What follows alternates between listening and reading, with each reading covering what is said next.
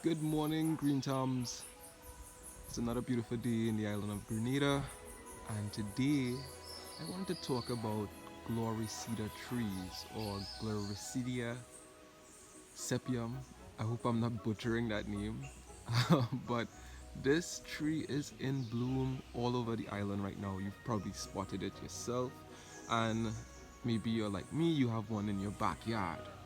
And this tree is a deciduous tree, and that means that the leaves fall off and sort of the petals, and so my entire backyard is covered with Gloricida leaves and flowers. But it is quite a beautiful tree. It sort of reminds me of the Chinese cherry blossoms. I guess it's like our version of it.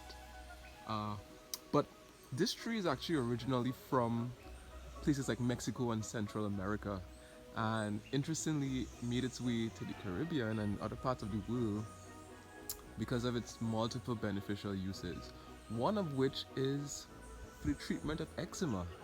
And I thought that was so amazing.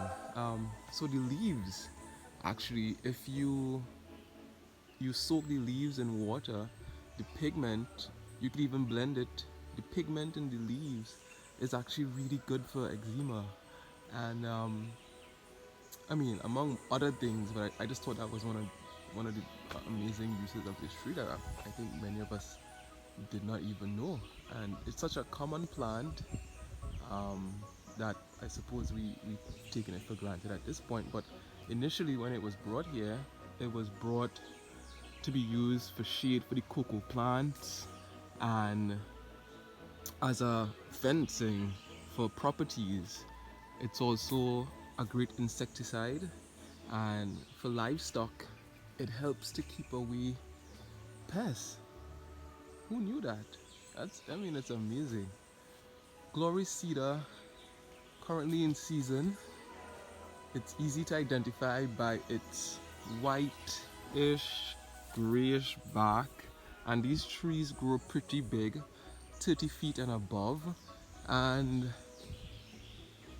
yeah, just these beautiful pink blooms, and you know, it's just amazing, beautiful.